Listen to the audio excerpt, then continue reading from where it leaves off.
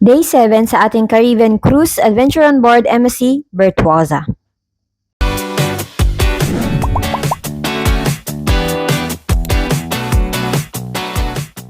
Walang island to visit today, so hindi mo na kailangan magmadali or gumising ng super aga. And honestly, kailangan din talaga natin ng ganitong araw sa cruise. Pagkatapos nga namin nag-almusal, nag-chill muna kami, tapos sumali ako sa group fitness activity. Tapos nung pumunta kami sa Jean Philip Chocolate and Cafe, may chocolate demonstration sila where you can see how they create their chocolate product. Wow. Since open kitchen siya, makikita mo mismo yung process kung paano nila hinahanda, ginagawa, and dinidesign yung mga chocolate creations. Usually, pinapakita nila yung techniques nila and different chocolate styles. And of course, pagkatapos ng demonstration, meron silang pag-games. Ay wow, sana all. Yung mga guests na makasagot ng tama, may chance makakuha ng ginawa nila during the demonstration. Wow! Syempre, mas masaya kapag may chocolate na reward.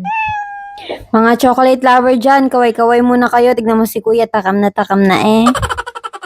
Tapos nun bumalik naman kami sa aming cabin para maghanda kasi naimbitahan kami doon sa MSC Welcome Back event. Para ito sa mga guests na nakapag-cruise na sa MSC before, kaya naman kung may experience ka na sa MSC Cruises multiple times, invited ka sa special gathering na ito. Wow. May pa-welcome back drink sila, may special show at the end, pinakilala rin nila yung mga ship officers including the captain. Tapos nung pumunta kami sa buffet at nakita namin ang daming cakes. Grabe, birthday ko na ba? Grabe, masyado silang pa-fall. Kahit isang cake lang masaya na ako. Charing. Dumaan lang talaga kami sa buffet para makita kung ano yung mga tinitinda nila dito. Uy, hindi ang paninda. At dahil nga C-Day naman, dun kami kumain sa restaurant para hindi self-service. Palagi lang dapat i-check ang MSC app kasi mali mo may nagbayad na ng utang. Uy, charis.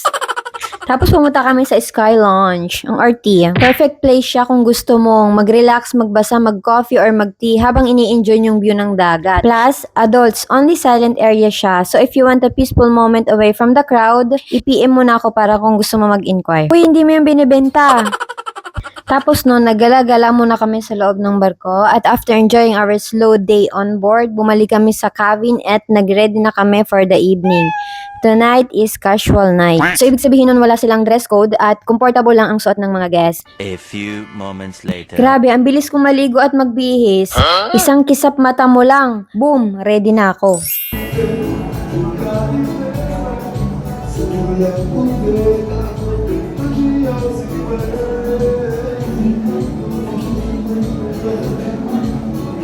Tapos ito, kain na naman, Ginoo.